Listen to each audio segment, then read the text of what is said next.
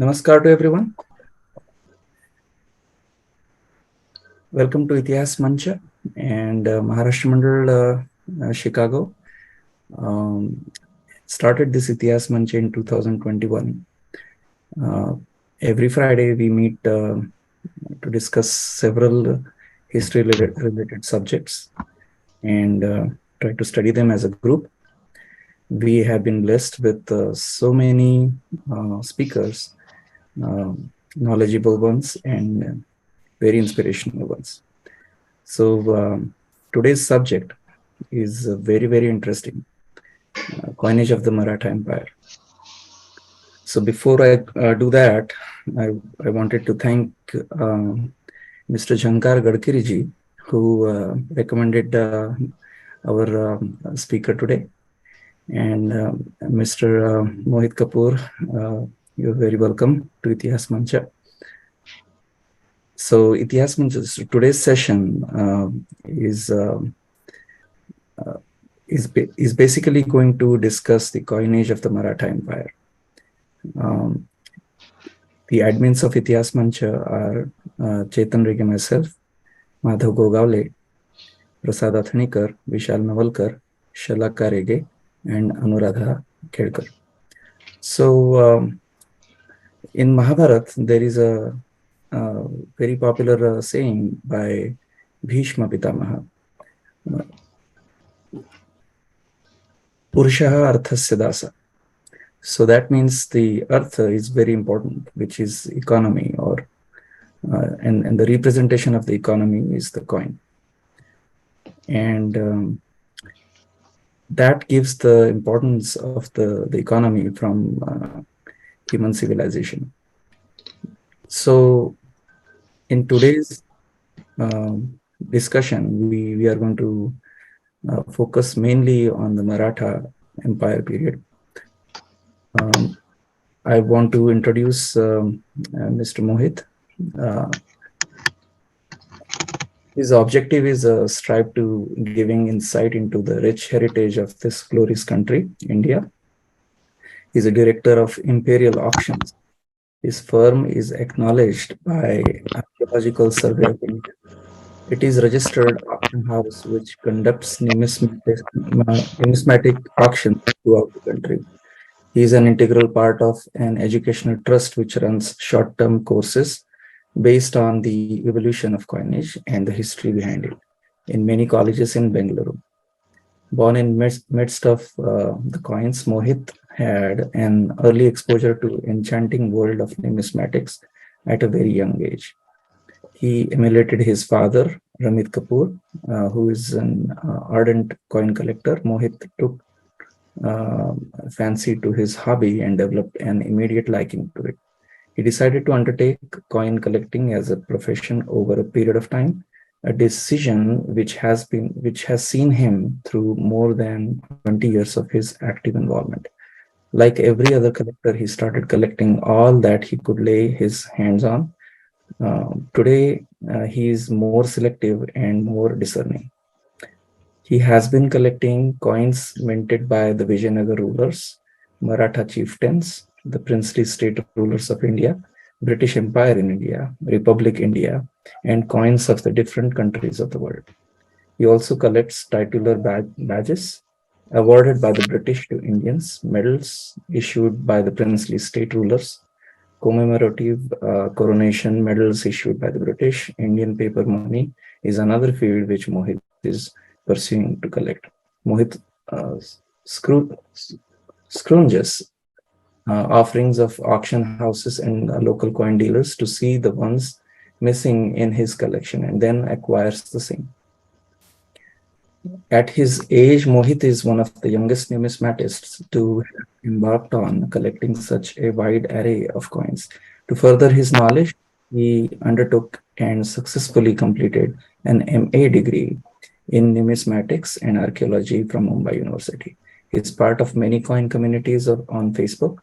He has been on the admin panel of a few popular ones, having a member base of more than 7,000 active members.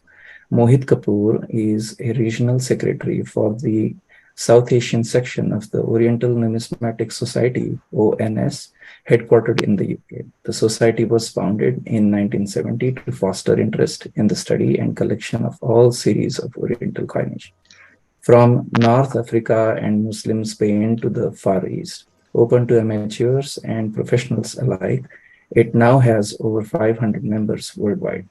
Fellow collectors also ask for his assistance in case they have difficulties in identifying coins. He has also successfully written and published a book titled The Nawabs and Kings of Awadh and Their Coinage, along with Shri Dinesh Master, which is a comprehensive catalog of the coinage of Awadh from 1734 to 1856, presently available on Amazon. He recently showcased part of his collection in front of the royals of erstwhile princely states of India at an event hosted by Royal Fables. Almost all of them were enamored by his collection. All were pleasantly surprised to the extent that some admitted to not having seen some of the coins that he had put up on display. Today, Mohit could well be considered as a millennial historian of this country. Welcome, Mohit ji. I request you to start your today's session, please. Thank you. Thank you so much, Chetan ji, for that really humbling introduction. I guess without taking too much time, I'll just share my screen. Perfect. English is fine, right? Or do I need to speak in Hindi? My Marathi is a little weak. I can understand Marathi, but I can't speak fluent Marathi. Hindi, English, everything is fine. Perfect. Thank you so much. Thank you.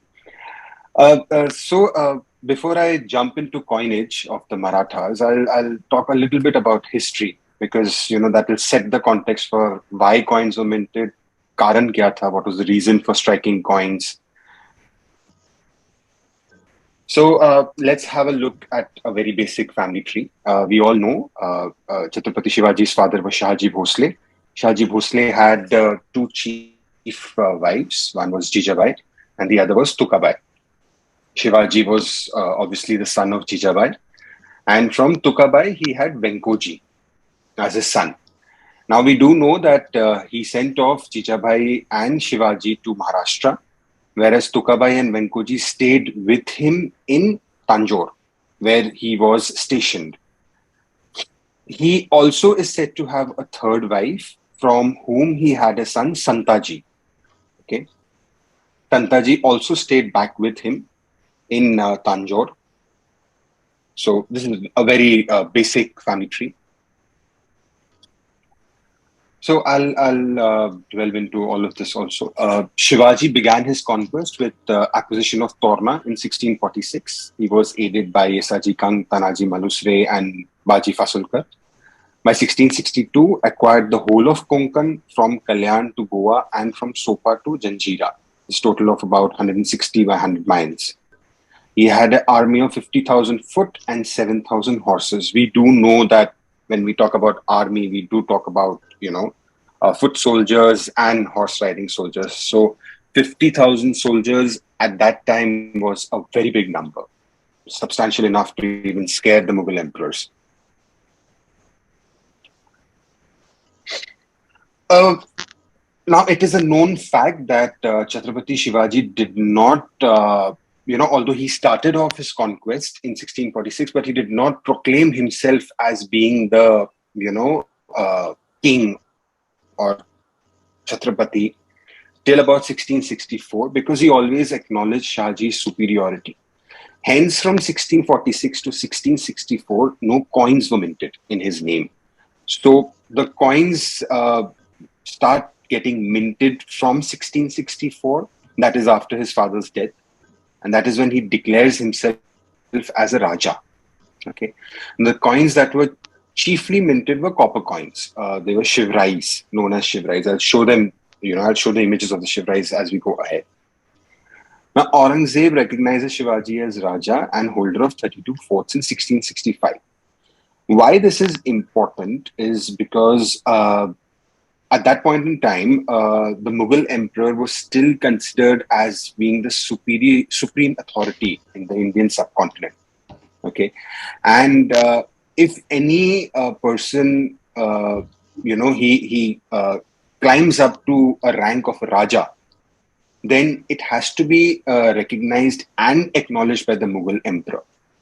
The reason for this is that there were multiple Rajas in the Indian subcontinent.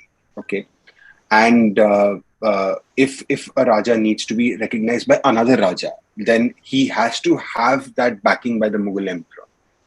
So we do know of that famous incident when Chhatrapati Shivaji goes to the Mughal court in Delhi, and Aurangzeb does not treat him well by giving him a seat at the back. So that entire incident, it goes out to prove that he did recognize Chhatrapati Shivaji as a Raja and holder of 32 forts.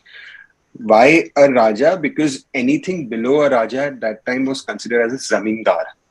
Okay. And Zamindars are not given that much of an importance in the Mughal court. So 1665 is when he was considered as a Raja. Now, we do know that his official coronation happened at Raigad in 1674. And then subsequently he had a second coronation, that is post death of Jijabai.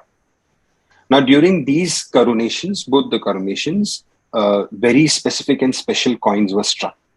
Gold horns were struck, silver horns were struck, Jagdamba Prasanna Rupee was struck. Jagdamba obviously refers to the almighty goddess Bhavani at Tuljapur. I'll show you the images of these coins. And Shivrais were also said to have been issued. Treaties were signed with the East India Company, the English, to operate factories in Chhatrapati Shivaji's territories and also let English coins circulate, but only for their intrinsic value. Now, when I talk about factories, these are not manufacturing units. So we know that East India Company came into the Indian subcontinent for trading purposes. That was their chief motive, to come into the Indian subcontinent. So what is a factory? A factory is basically a trading post where the East India Company were allowed to keep a small army. They were allowed to have a big warehouse. They were allowed to have a small treasury, and they were also allowed to mint coins. So a factory was a huge piece of land where all of these things were there. A mint, a small army, a warehouse, even residential quarters for the English. So if they had to do all of this, then they needed permission from the local ruler. In this case, it was Chhatrapati Shivaji. So there were treaties which were signed. So all of these things properly establish history that, 1675 was when the coronation happened, and then these treaties started getting signed. These are the coins which were struck, during the coronation of Chhatrapati Shivaji Maharaj. This one is a gold horn over here on the top left. This is a gold coin. It weighs about 2.7 grams and it has legends in Devanagari. So all of the coins of Chhatrapati Shivaji Maharaj had legends in Devanagari. This was against the norm of that time, since the rulers were Mughal and the chief language and script of the Mughals was Persian. So coins during this time, I'm talking about 1600s and 1700s, they were completely in Persian. So Chhatrapati Shivaji Maharaj struck coins in Devanagari. Okay. Now, I'll talk about the coins first. This one, as I said, it's a gold horn. This one that you see over here is a silver horn. It is also called as a Velli Fanam. Velli meaning silver, Fanam meaning the denomination. This also weighs about 2.7 grams. Over here that you see is a gold Fanam. Okay. Again, legends are in Devanagari. This side, the legends are a little, obscure. You can't read them because it's an old coin. So getting them in perfect condition is a big challenge. But yeah, the legends are the same. Chhatrapati Shivaji, Chhatrapati over here, and Sri Raja Shiv would be on this side. This is a very special rupee. It is called as a Jagdamba Prasanna rupee. So the legends read on this side, Raja, Shiv, Chhatrapati in the third line. And over here, it reads Shri Jagdamba Prasanna. Now, this coin so I'll tell you the concept of circulation coins and specially struck coins. So the horn the Veli Fanam, the Gold Fanam, and the Copper Shivrai. All of these four coins, although they were struck for coronation, but they were also subsequently struck for circulation, as in to trade for economical purposes. Hence, we find these four coins in regular, digs. We would find them with jewelers. Some of you all could be having it in your homes. That is because these coins circulated very well. So it is obvious that somebody might have, used this coin at that time. But this particular rupee, the Jagdamba Prasanna rupee, it was only found in the necklace around Tulja Bhavani's idol. Okay, so there was a necklace around her. It's still there, very much there. And it's only in that necklace that these coins were first discovered. Subsequently, more coins came to light, but it is said that these coins were struck and all of them were offered to Tulja Bhavani. None of them came into circulation. So that's the history behind this coin. It's a very important coin for all collectors, and it's absolutely not easily available. You might still find a gold hone somewhere, but you would never find this silver rupee anywhere. When it comes to the weight of the coins, I said this is 2.7 grams, this is 2.7 grams, this is about 0.8 grams, less than 1 gram. It's a very small coin. The reason for striking this coin, the gold fanam, is because in southern India, and when I talk about southern India, I'm talking about the area below Deccan. Okay. In those areas, fanam was a chief denomination, the gold fanam. Silver was not so popular in southern India, so it was always gold and copper. And when I talk about areas above Deccan, that is northern India, over there, silver rupee was the most popular currency unit. So this is a silver rupee. A silver rupee would weigh around 10 to 11 grams, between that. When I say around, that's because there was no machine striking at that time. All of these coins are struck by hand. So when you strike by hand, there is no perfect way to weigh the silver metal. Also, inadvertently, coins would lose shape. They are not perfectly circular in shape. Also, if you see, not all the legends have come on the coins. So from here, Shri is cut. Here you can't see, J and G. Pra and Sa is cut from here. So legends are not on the coin because when a person is striking coins with hand, his hands would shake. The metal would not spread evenly. So that, the legends would not come onto the coins. But yeah, coming back to the coin itself, this is a silver rupee. It weighs around 10 to 11 grams. And this is a copper shivrai that you see over here. Legends are all the same on the four coins, Shri Raja Shiv and Chhatrapati. So these were the coins which were struck by Chhatrapati Shivaji after his coronation. This was the coin which he struck in 1664 after he assumed the title of Raja. Also talking about the value of the coins, how did the value of the coins get established? Because as you see, there is no denomination written on the coins. इस पे हो नहीं लिखा है, इस पे फनम नहीं लिखा हुआ है, इस पे रुपया नहीं लिखा है. So the value of the coin was completely based on the bullion value of the coin. It is contrary to today's coinage. Currently, we use coins which have a face value. It has an extrinsic value. So it denotes 1 rupee, $1. But at this time, it was completely intrinsic value, good for the metal content that it has. That's all. So what happens is that, when coins have to circulate. So for example, these coins were struck, say, in the dominions of Chhatrapati Shivaji Maharaj. And we're talking about, say, the western coast of India, the Indian subcontinent. So now if I have to take this coin and trade with somebody in, say, Madhya Pradesh at that time is Madhya Pradesh, they would not accept this coin. The chief reason is because this coin has inscriptions which were alien to them. They were used to seeing a coin in Persian legends. So they would not accept this coin, considering this coin to be, a fake or a forgery or struck by somebody who's not supreme authority of that area. So if I have to force this coin, down someone's throat, then he would obviously check the intrinsic value, and then he would determine the value of the coin. So, I could take the liberty of striking coins in a different script if I know that my coin is good for the metal that it has. The metal content is perfectly fine. And hence these coins, like I said just now, they did not widely circulate. They only stayed in a very small area. That is the area which was controlled by Chhatrapati Shivaji.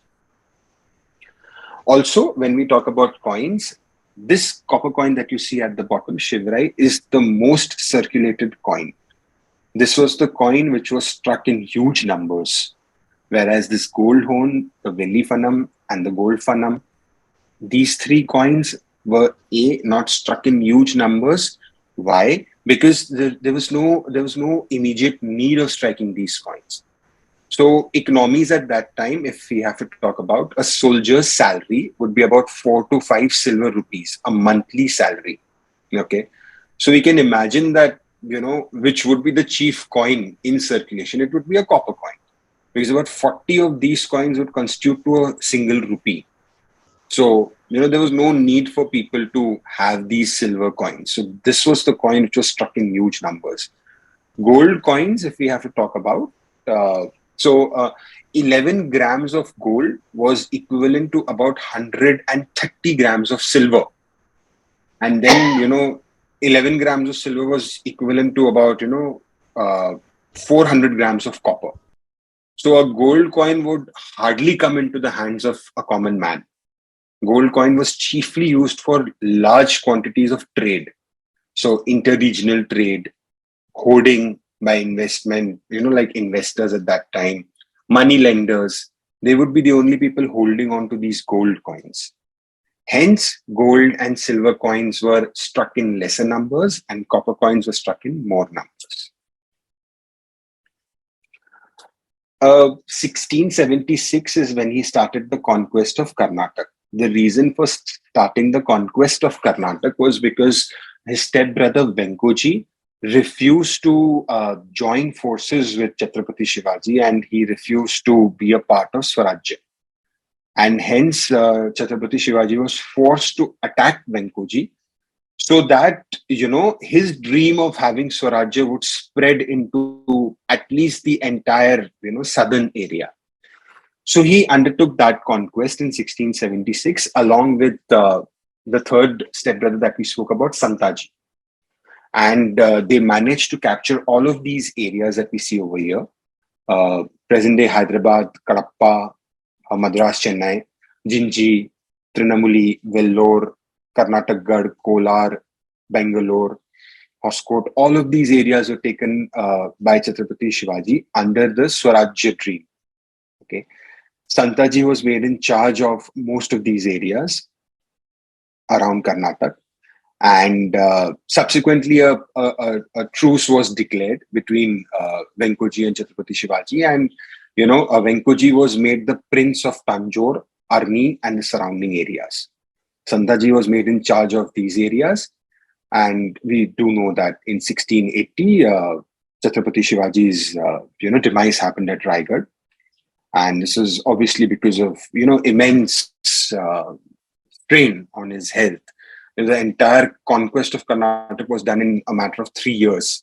So obviously, if you are going to take such huge expeditions in such small times, then it's going to take a toll on your health. So now, when this division was declared between Venkoji and Chhatrapati Shivaji, obviously you would have different kind of coins running over here now. So now we have two lines of the Marathas. There was one which was obviously the Maratha dominion started by Chhatrapati Shivaji. The second was the Maratha Maharajas of Tanjore under Venkoji. Okay. Now the coins were completely different. Reason being, Chhatrapati Shivaji assumed the title of Chhatrapati. Okay. Whereas the Maratha Maharajas of Tanjore, he assumed the title of Maharaja. So his coins, Venkoji's coins, have the title of Maharaj written on them. Maharaj, Maharaj, Maharaj here also, Maharaj, Maharaj, and Maharaj again. Now, in southern India, there was a tradition, pratha, जिसको बोलते हैं कि they would depict Hindu gods and goddesses on the coins. Okay, so this was a very a long-standing tradition, and during the times of the Cholas, and obviously the Sultanate had taken over that area, but then the Vijayanagar emperors, when they took over that entire area, again it was brought back. So the Maratha Maharajas of Tanjore, they continued that tradition. So they had coins which had deities on them. Seated Lakshmi over here, Shiva Parvati over here, uh, elephant, or as we know, symbolic of Ganesha, a Shivalinga over here, with legends reading Mahadev. Over here, only legends Mahadev, and over here it reads Mudra. That means a coin, Mudra. Interesting thing to note is that legends are in Devanagari. Okay, this is completely contrary to what was happening in southern India. The coins that were struck in southern India were in local scripts like Telugu, Kannada. All of those scripts were featuring on the coins. But the Maharajas of Tanjore, they struck coins in Devanagari. Okay, and we've already seen the coinage of Chhatrapati Shivaji. All of these remain quite standard, the hone and the silver fanams and all, but the copper coins, they saw some variations in them. That is because a large area was striking these coins. Also, it is to be noted that it is not necessary that coins would be struck in Raigad and then circulated to the entire area. Independent mints were set up, which would cover a small area around it. So, multiple mints was set up, and coins were struck from all of those mints. Hence, if you see the style of writing, Shri on this coin over here on the top, and the style of writing Shri on this bottom coin is different. That is because this Shri, this particular Shri, is an emulation of this Shri. It is basically a copy, which means that somebody who inscribed the die from which this coin was struck, he was not so proficient in Devanagari. So he merely emulated, he copied this coin. And that's why the Shri is not so perfect, So mostly this is a southern issue, from the Karnataka conquest, these coins would be struck from that area. Now, when I say most probably, it's because these coins don't have the place where they are struck written on them. So we can't say with surety where this coin is exactly struck. So how do we determine where this coin is struck? It's based on finds. So if I get this coin majorly from areas like Jinji and Karnataka, then I know that this coin was struck there and it was meant to circulate over there. Whereas this coin, this type of a coin, I get it chiefly from Maharashtra. So I know that this was from the central dominion and not from the far areas. That is how we researchers, try to attribute coins where the mint is not written. Also, there is no year written on these coins. So, and the Shivrai was a very popular coin. So even after the death of Chhatrapati Shivaji, these coins were continued to be struck. People were still striking these coins. So when the legends get slightly, degenerated, like if you see this sh over here, it's losing shape. So we can safely assume that this was struck at a later date because of emulation. It's just that people are copying the design. So the design itself starts getting degenerated. Okay. So no year, no place of striking, but circulating because it has that kind of bullion in it. It has that, 15 grams of copper, 10 grams of copper. So it's good to go. It is still circulating in the market. The extent of the Maratha Empire, and we're now talking about 1675, 1675 to the period of 1680. This was the extent of the empire. Whole of Konkan, obviously except Goa, because that was under Portuguese. Janjira was not under the Marathas. It was under the Abyssinians. This is the Habshi rulers who were ruling over Janjira. Bombay, obviously, it was under the East India Company. They had several coastal areas under them. Bednore is down south. So these are the southern areas which were under Chhatrapati Shivaji. Sopa, Baramati, Indapur, again we come back to Maharashtra. Uh, in Daman, they had a fort. Not the whole of Daman was not under them, but they had a fort in Daman.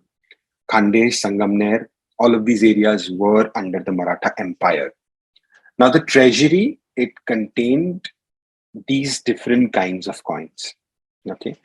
So there were silver rupees, there were Spanish dollars, there were Venetian sequins, mohors of Hindustan and Surat, and pagodas.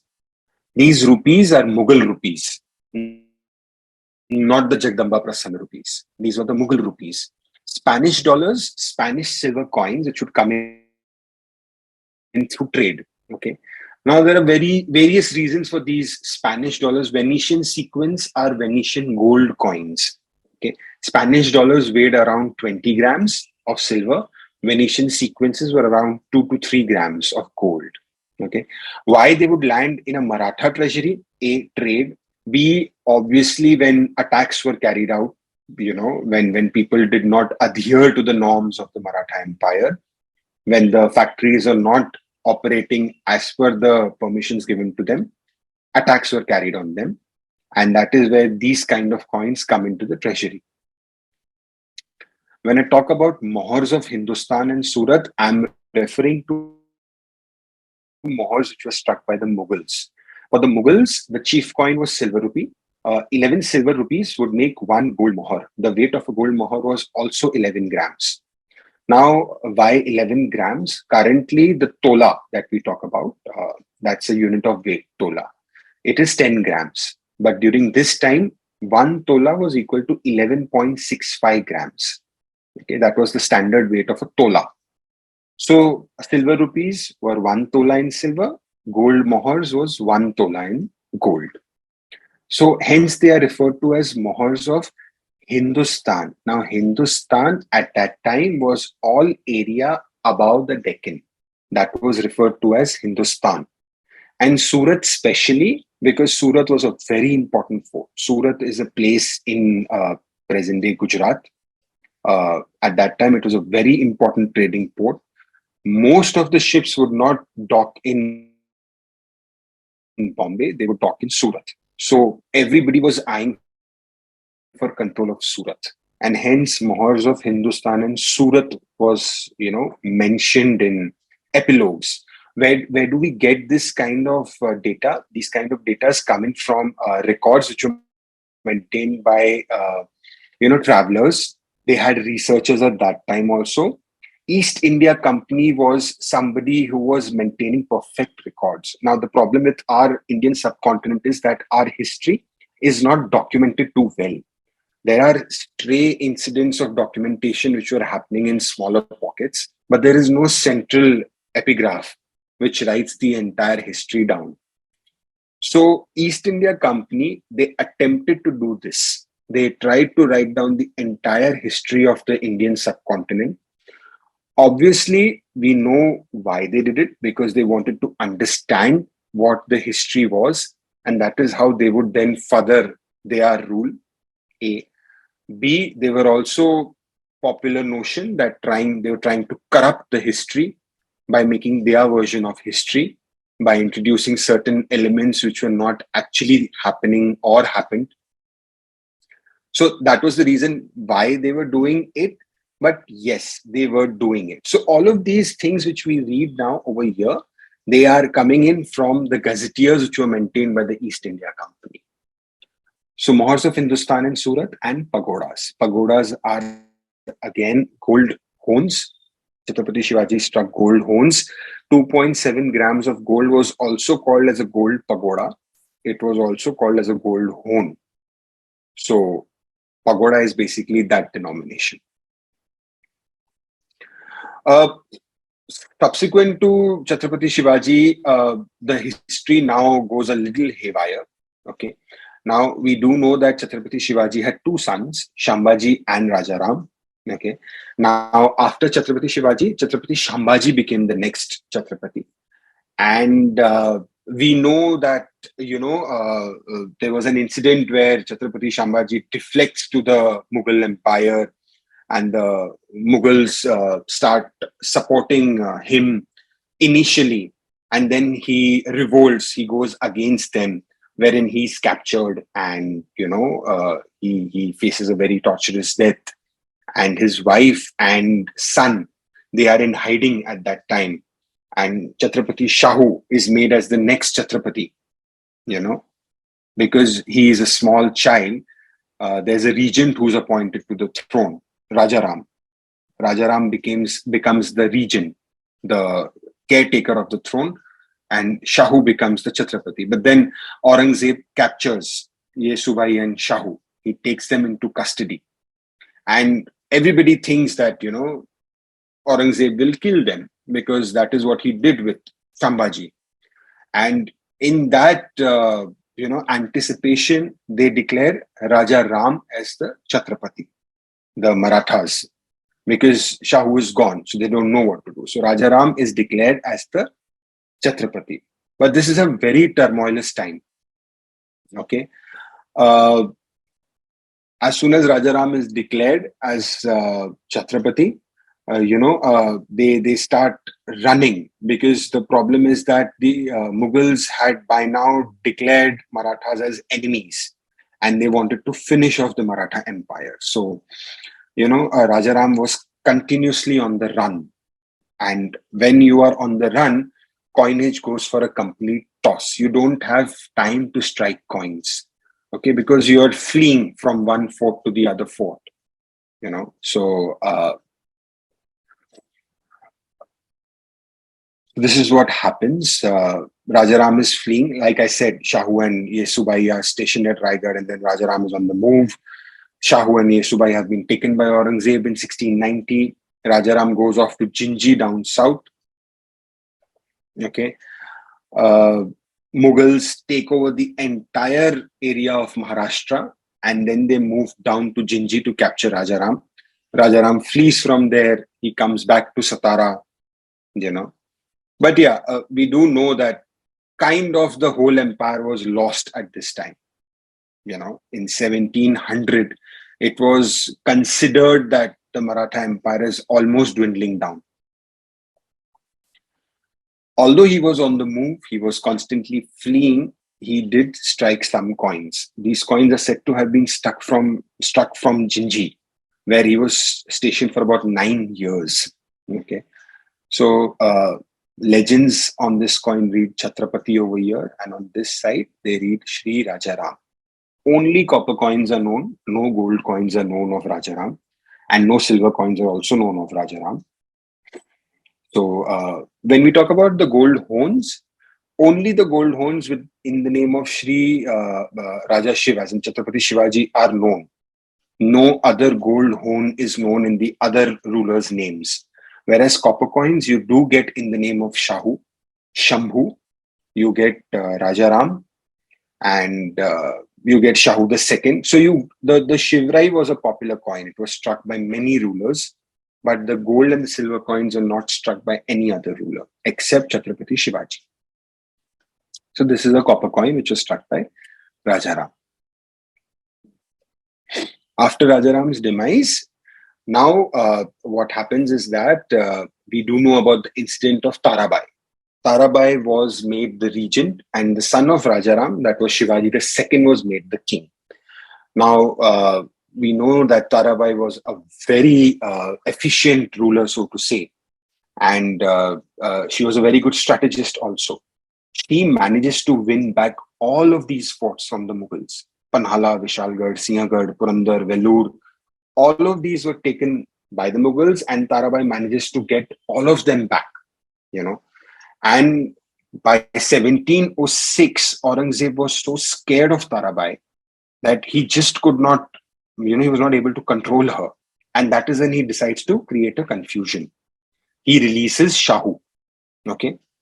And he confers Akkalkot, Indapur, Sopa, and Nivasa on him. When I say confer, it basically means that Aurangzeb gives all of these forts to Shahu, and he declares him as a Raja. And to, prove his authenticity, he gives him also the swords of Afzal Khan And he also gives him Chhatrapati Shivaji's sword, which is known as Bhavani. So Shahu comes back. This history is very important because the coinage will change because of all of this which was happening. Okay. So when Shahu comes, Tarabai obviously opposes his approach and she declares him as an imposter. Now Shahu was backed by the Mughal force.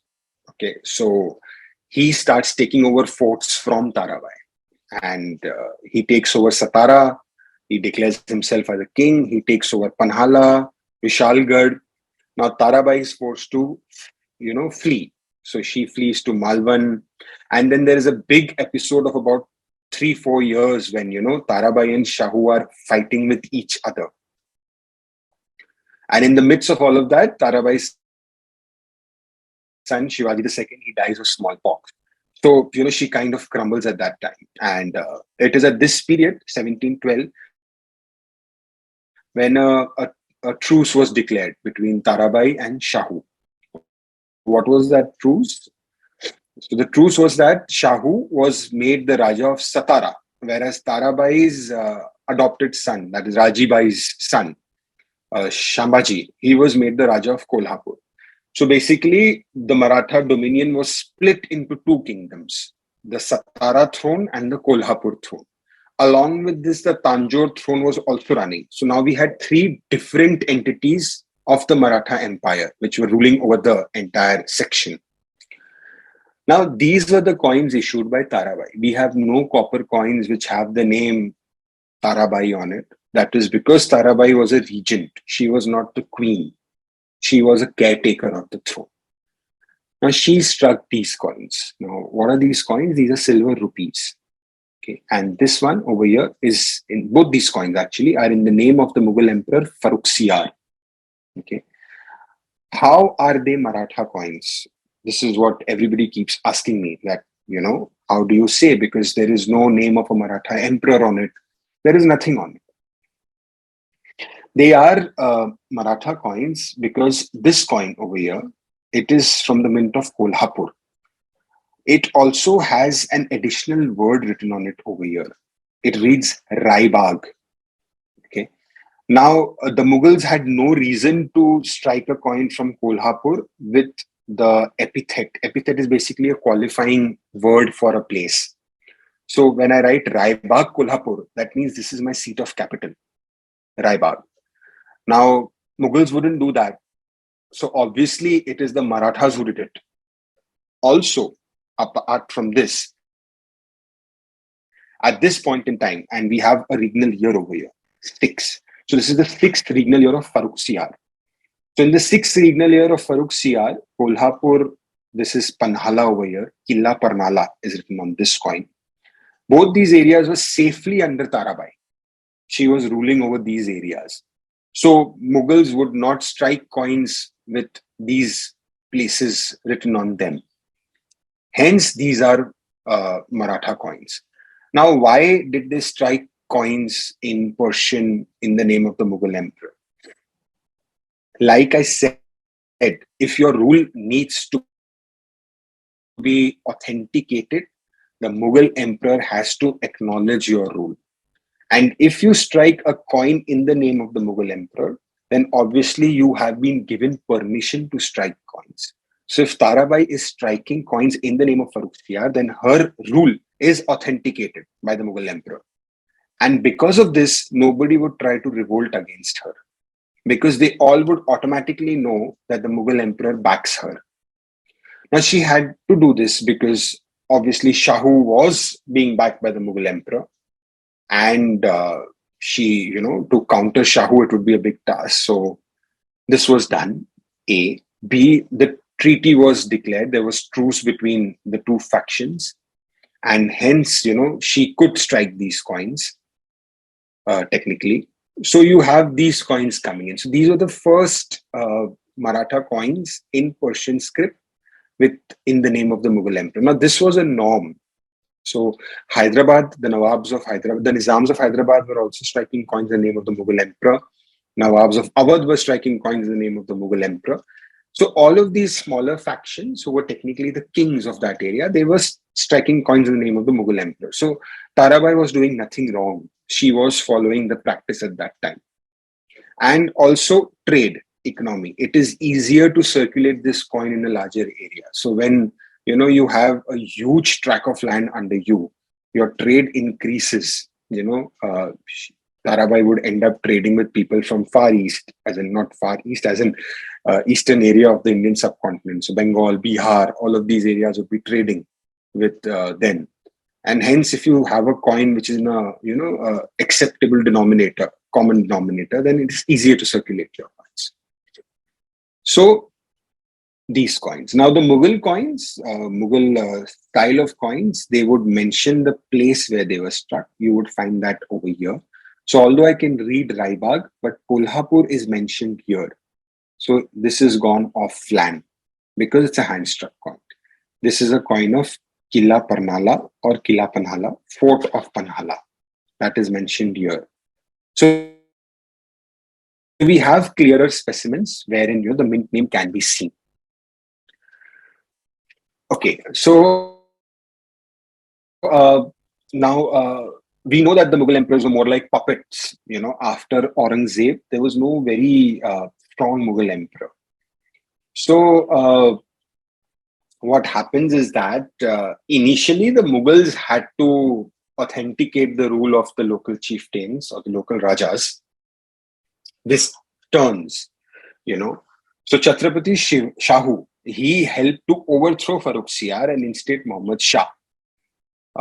So because of this help that he had done, he receives the following, benefits. So quarter of the revenue of 6 subas of Deccan stays with him, that is the Chout. And then 10% over the quarter, which is Sardeshmukhi. He is allowed to keep all of this with him. The rest has to go to the Mughal emperor. Okay. Also, it is at this point in time that Swarajya was officially recognized and it was completely formed. So all of these areas were included into Swaraj. So although the dream was of Chhatrapati Shivaji, it was formally recognized and properly put into place during Chhatrapati Shahu's time. So this is about 1720 when this was done. So like I said, 2 different lines were created. There was the Rajas of Satara and there were the Rajas of Kolhapur. Okay. Both of them were striking the silver rupees in the name of the Mughal emperor in Persian legends, whereas the copper coins were still in Devanagari legends. Okay, so your Shiv Rai, which was there, it was continued to be struck by both of them. Okay, and the legends were in Devanagari. So you have Shiv Rais which mention Shri Raja Shau, Shri Raja Shambhu, Chhatrapati on the other side. But the silver coins changed. As in, they started striking coins in the name of the Mughal emperor. So this is a coin which has mint name Satara written on it over here. Here. This coin is from Baramati. Baramati is written here. This coin is from Pune. So Pune had an Islamic name to it. It was called Muyyabad. So Muyyabad is written here and Pune is written here on the bottom. All of these 3 coins are in the name of the Mughal emperor Muhammad Shah. They also have years of striking on them. So here you can see the year mentioned. These coins, they don't have the year because it's gone offline. The year is mentioned in the Muslim calendar, the Hijri calendar. There's another year that you see over here. This is the regnal year, the ruling year of the Mughal Empire. So struck in the 5th regnal year of Muhammad Shah, 20th regnal year of Muhammad Shah, so on and so forth. Similar thing was being followed by the Rajas of Kolhapur. This is a coin with the mint name Kolhapur. Raibag has gone off now. They do not write Raibag anymore. They only write Kolhapur. This is a coin of Parnala, Killa Parnala. This is a coin of Belgaum. Azamnagar is written on it, but it is a coin of Belgaum. The weight is same, silver tola, 11 grams. Gold coins far and few. None have come to light, but that does not mean that they've not struck it. They might have struck it, but none have come to light. So we do not have a mohar of Satara or Muyabad, Pune, but it could be possible that they did strike mohars.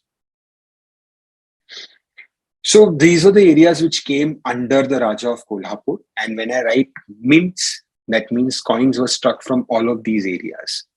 Not all the coins have come to light. So how do we know that they were mints? Is because of records. So, there were many travelers, many researchers who were continuously roaming around the Indian subcontinent, and they were making notes. So they made notes that there were mints struck up at all of these places, and coins were being struck from all of these places. So Raja of Kolhapur had all of these areas, whereas Raja of Satara had all of these areas under him. And it was a huge list, very huge list. Also, the reason for this list being so huge is because of Peshwas. So we do know that after Chhatrapati Shahu, the Chhatrapati becomes kind of, redundant. He is in Satara, but the Peshwas have shifted the capital to Pune, and the rule is being administered by the Peshwas. They were taking care of all the wars and administration of the Maratha Empire.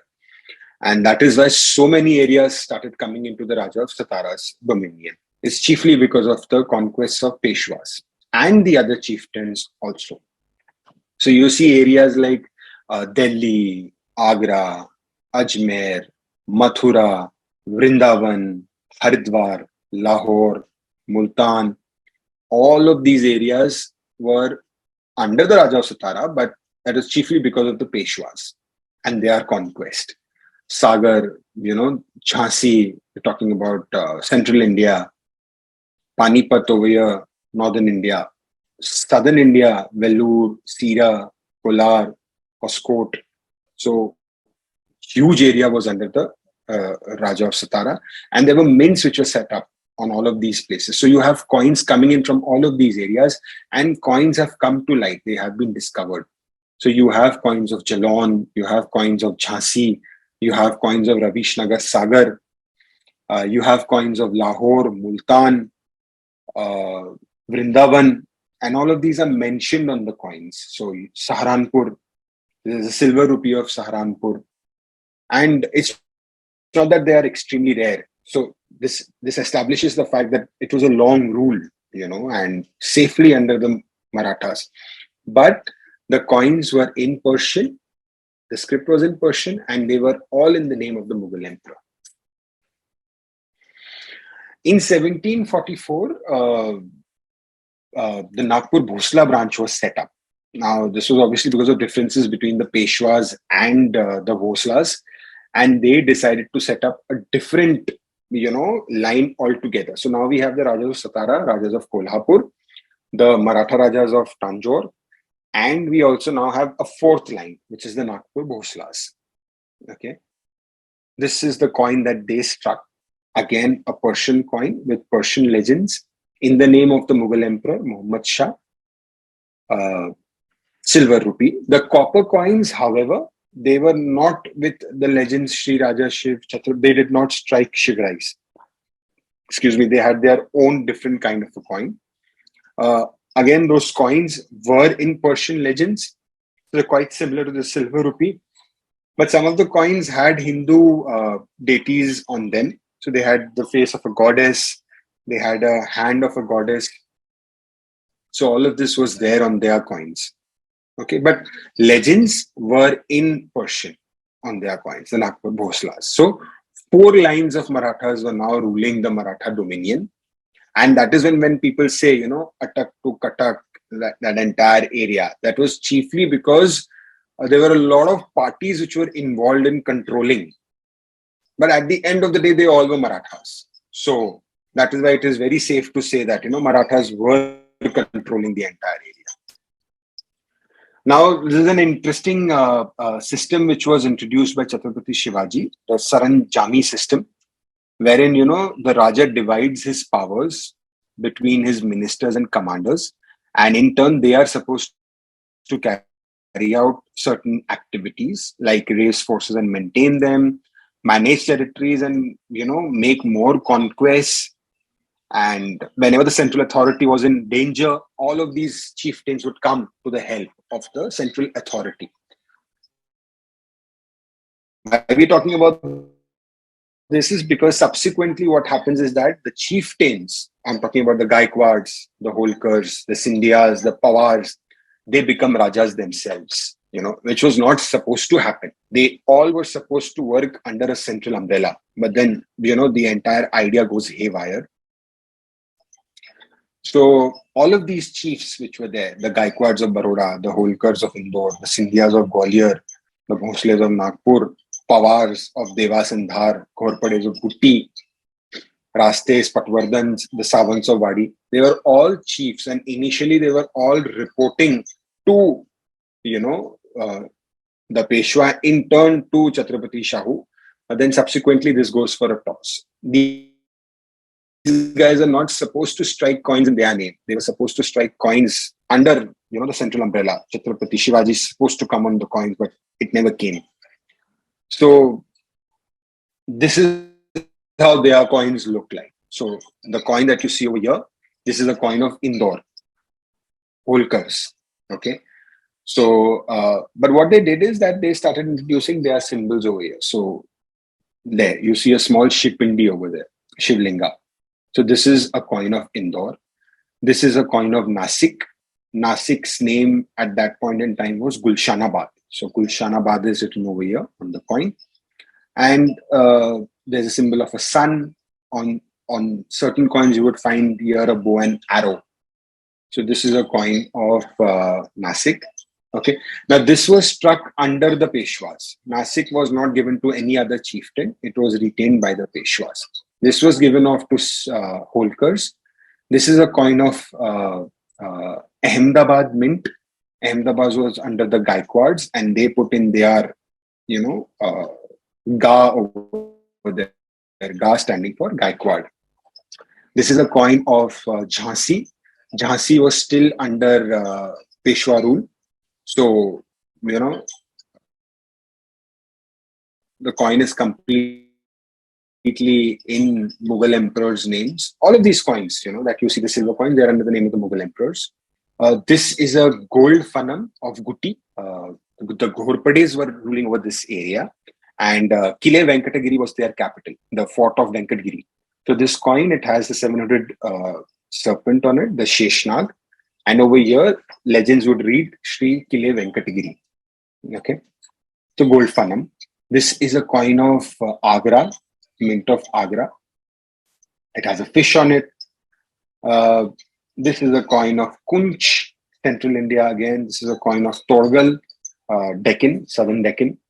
This is a coin of Bijapur Mint. Okay. So this just gives you a fair idea of how the coins became varied, different. So the initial dream of having a single type of currency wherein, legends would be in Devanagari, it all goes for a toss. And, it's because of the economic, constraints. Coins have to circulate. Trade has to happen. If that's not happening, then coins are useless if people are not accepting your coins. This is a coin of Ajmer, Sindhyas. They had struck this coin. This is a coin of Devas, struck by the Pawars. This is a coin of Miraj, struck by the Patwardhans of Miraj. They have legends in Devanagari. Here you can read Shri Panta Pradhan, and here you can read Shri Ganpati. But it is struck in the name of the Mughal emperor, Shah Alam. Shah Alam Bahadur is written on it. And it has the Islamic name of Miraj Murtazabad written on it. So now I'll show you a few coins which became popular by their name. So Ankushi rupee was one coin which was very popular. It was started off in Pune by the Peshwas. So it was chiefly minted here, but then all of these areas started emulating this coin. They started striking a similar kind of a coin. This is how it looks like. So these are the different varieties that you see of Ankushis. Okay. So why I'm marking this out is because these are the obverses of the coins, wherein the Ankushi symbol is over here on the coin. Okay. They all look exactly the same. The legends will be the same. It's just that the way the Ankush is depicted. Just to clarify, Ankush is basically elephant god. It is an instrument, a weapon which is used by the Mahoth to control the elephant. It is also a battle weapon, Ankush. So warriors used to use the Ankush to fight. It is also used to control the elephant. Both the things. That is what an Ankush is. So Ankush was considered as a warrior symbol. It was also considered as depicting Lord Ganesha because it was used to control the elephant. So Ankushi rupee became very popular.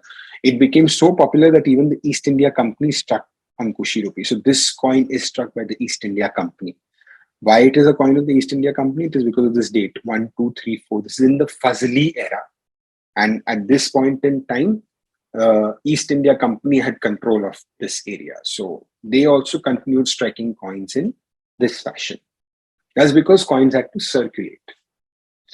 The next popular coin was Nagfani rupee or the Hari Sikka, which is the current coin.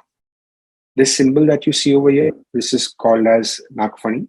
Basically on the hood of a cobra, the fun, you see this kind of a symbol. That is where this symbol was picked up from. So, very popular coin. It started off obviously in Pune by the Peshwas, but then in areas of Hyderabad, Deccan, this symbol was used heavily. And this is again a coin of the East India Company. So even they struck coins with the Nagfani symbol. Struck in the name of Shah Alam II, Mughal Emperor. Ganapati Sikka. This coin was struck by the Patvardhans of Miraj. So this G in Devanagari was mentioned on the coin. Okay, this G stood for Ganpati.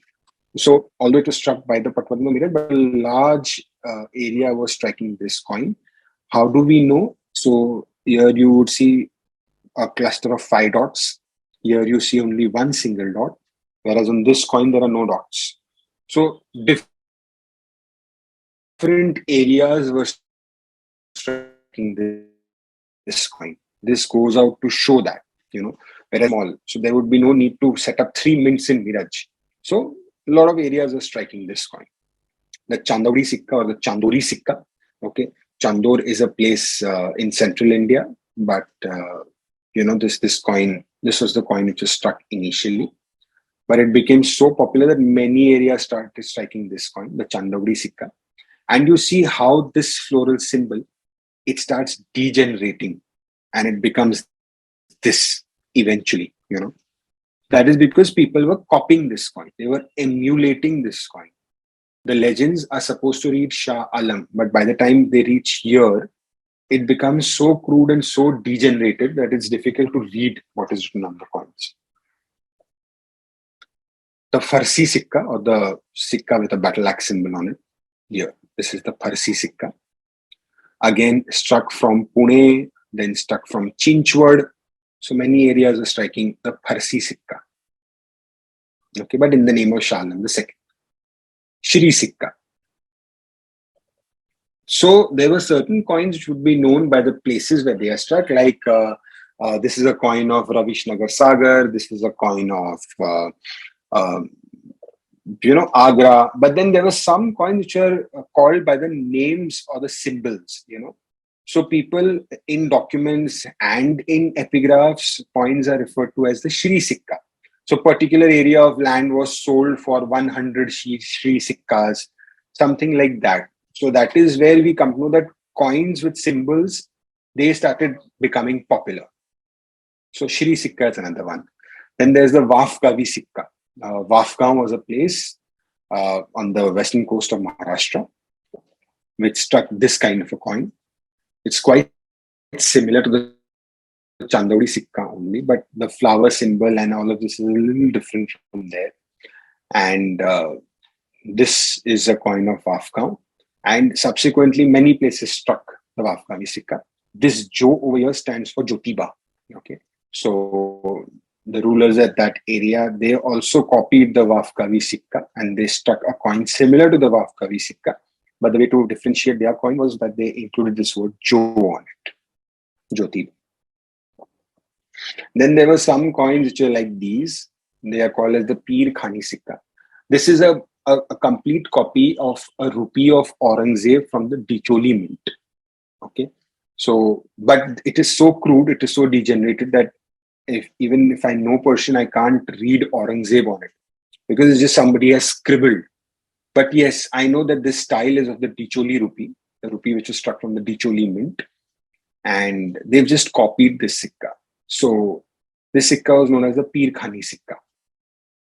So no specific symbol on it, but it's just that the rupee of Aurangzeb from Dicholi was so popular that people are just emulating. This coin must have been struck during the time of, Alamgir or Shah Alam, maybe long after Aurangzeb died, but it is just copying that coin. The Shambhu Pir Khani Sikka, a copy of the Pir Khani Sikka, but with this Shiv Pindi on it.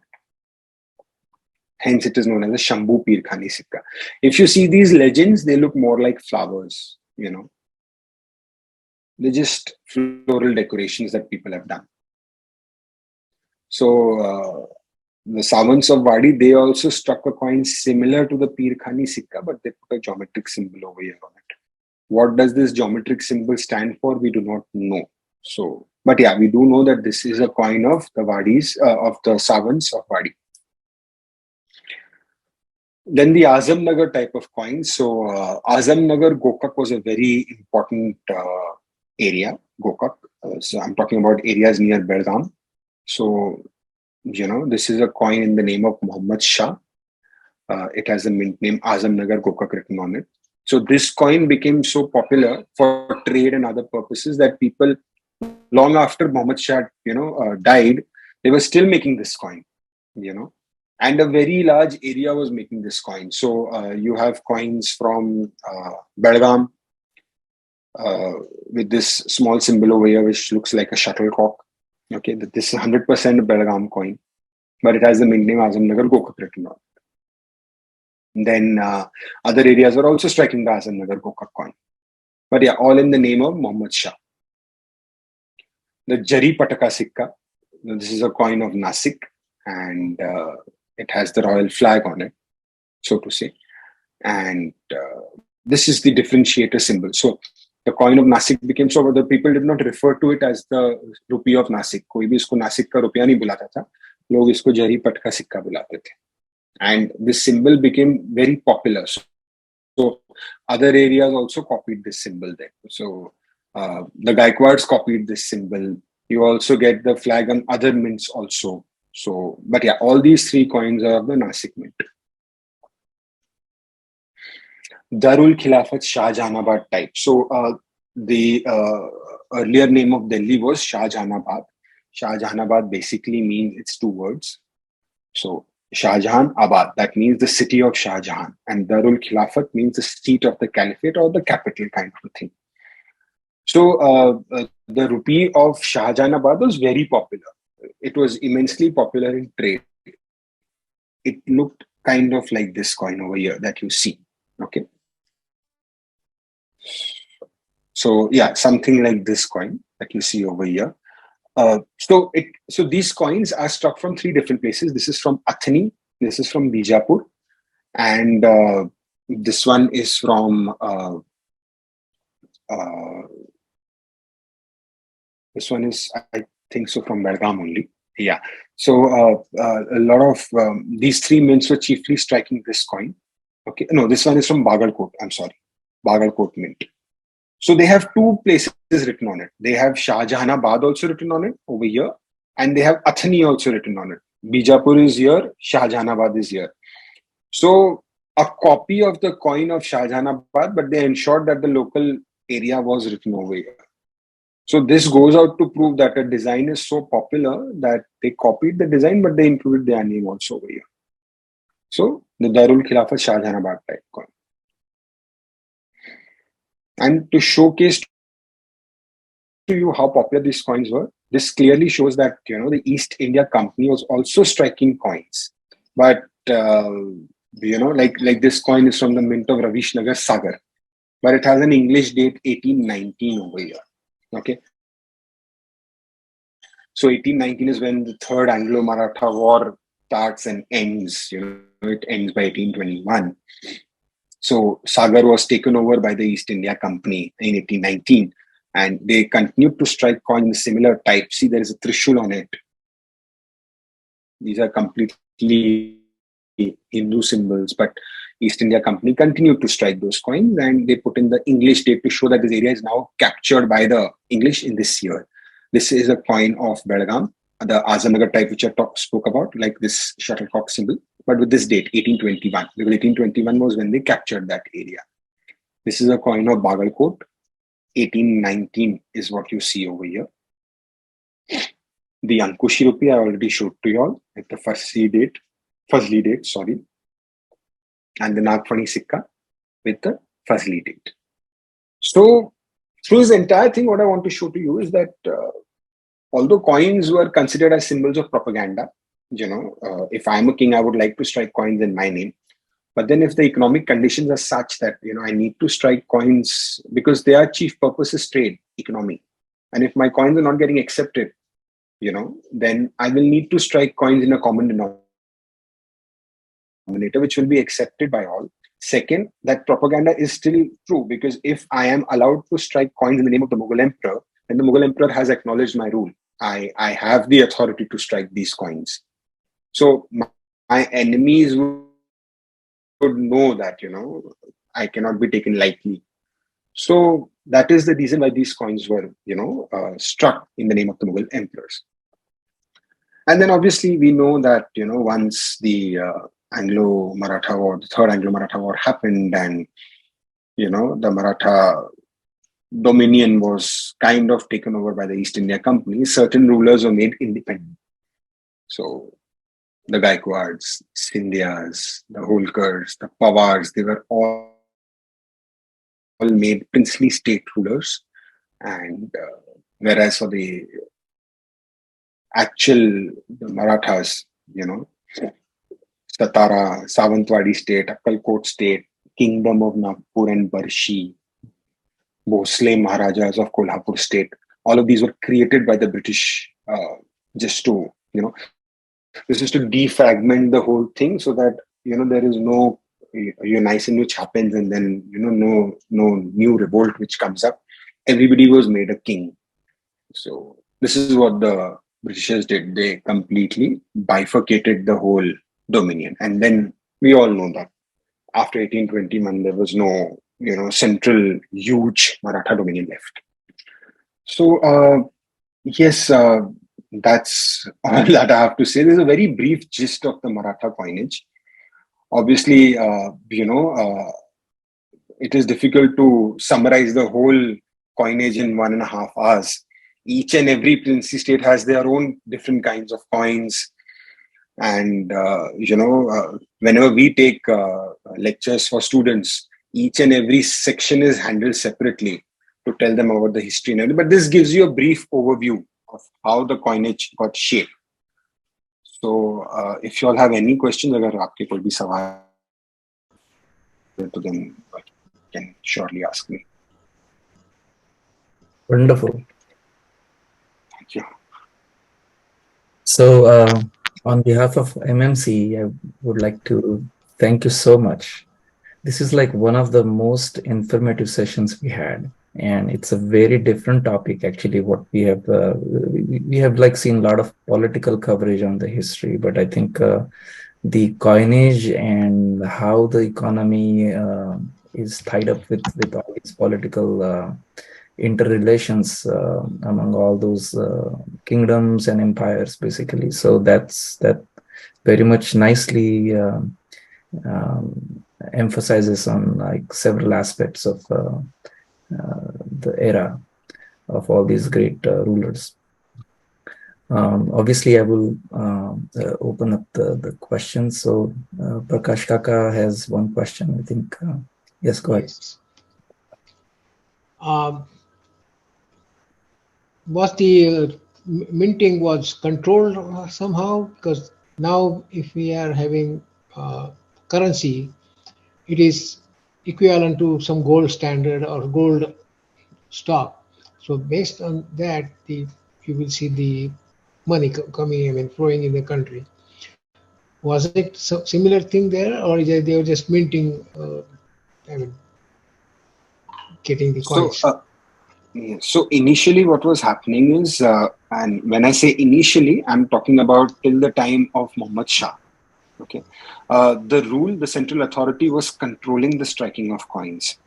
They were taking care that money would go in from the treasury, it would be going into the mint, the coins would be struck.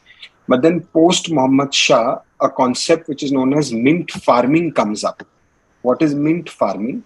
Mint farming is basically the king, the authority, they give farmans to people to strike coins, and they do this in return of a small fee.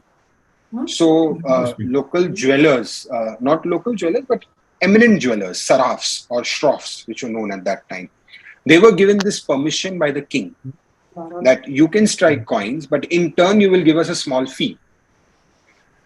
So, at that point in time, what happens is that the jewelers, then they start mixing silver with other metals, and then the purity of silver starts degrading. And that is also an important thing.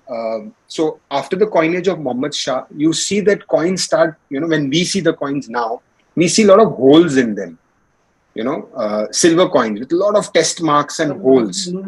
So it gives a clear indication that a lot of pilferage was happening, a lot of mixing of metals was happening. So yeah, to answer your question, the initial rule, there was a perfect control. The king was overseeing all of these activities. But then post Muhammad Shah is when mint farming concept comes up, and farmans or permissions were given off. And then obviously when you have so many people minting coins, then obviously the standard starts falling. Thank you. Pleasure. Rambe Kaka. Unmute kara. Yeah, very informative session. Learn a lot of things. My question that time people use the barter system, like in Maharashtra. I don't know what is the Hindi word, but kauri is the lowest, is a small farm they used as a even the for the exchange. And so, who used this coin for the trading purpose, or businessmen also do the barter system? So who used this coin? Number one, the question. Number two, what is the difference between the? I can see the lot of shikkas. Is a shikka by permission by the Basha or post Muhammad? That two questions. Okay, so to answer your first question, barter system. The coins were made, as in the invention of coins happened to get the barter system out of picture. Because like we know, there was a big challenge with barter system that if I did not want your rice, but I had my wheat to give to you, then what do I do with my wheat? I don't want your rice. That is when the coins were invented as a means of economy. So when we see coins, we clearly know in our heads that barter system is now out of the picture. But you are right, barter system still continued at this time.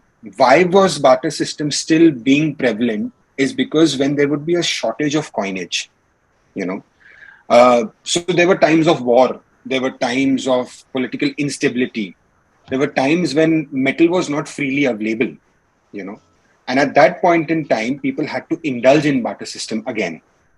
The second thing that you told me is about cowrie shells. Cowrie shells had stopped circulating. People would not accept cowrie shells. Again, cowrie shells came back into fashion. They came back into fashion because copper, which is the lowest metal that you can say, the paisas were struck in copper. There was an acute shortage of copper in the Indian subcontinent. And since that local coin was not available with people, they brought cowrie shells back into the picture. This happened chiefly in the eastern side of the Indian subcontinent. Yeah, please. Yeah, but mostly emphasis upon the gold. People used to store the gold as a gold has a more value.